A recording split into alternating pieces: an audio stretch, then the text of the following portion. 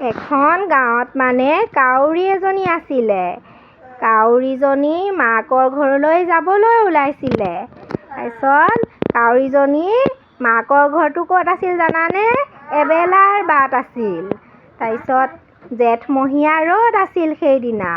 জেঠমহীয়া ৰ'দত একদম কাউৰীজনী পানী পিয়াহ লাগিলে দেই।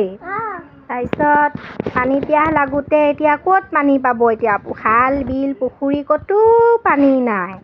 তাৰপিছত আৰু কাউৰীজনীয়ে কি কৰিব? ইমান পানী পিয়াহ লাগিছে মোৰ, ক'ত পানী পাম? বিচাৰি আছে। তাৰপিছত এটা ঘৰ আছিল ওচৰতে। ঘৰটোৰ পিছফালে কলহ এটা আছিলে। তাৰপিছত কলহটোৰ ওচৰতে শিলগুটি অলপ আছিলে। তাৰপিছতে আৰু শিলগুটিখিনি কি কৰিলে জানানে? কলহটোত অকণমানহে পানী আছিলে দেই।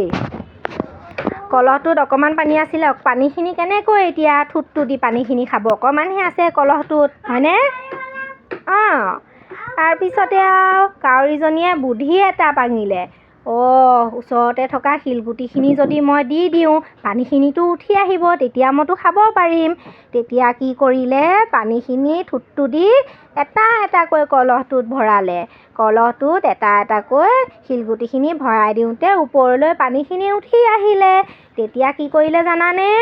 তেতিয়া থুতটো দি ধুনীয়াকৈ পানীখিনি টপ টপকৈ খাই একদম পেট ভৰাই পানী ফুল কৰি খাই ল'লে, মানে হেঁপাহ পলুৱাই পানী খাই ল'লে। সেইখিনি পানীয়ে মানে পিয়াহত যথেষ্ট আছিলে কাউৰীজনী, হয়নে? আৰু তাৰপিছত কি কৰিলে জানানে? কাউৰীজনীয়ে মাকৰ ঘৰলৈ ধুনীয়াকৈ উৰি উৰি গুচি গ'ল।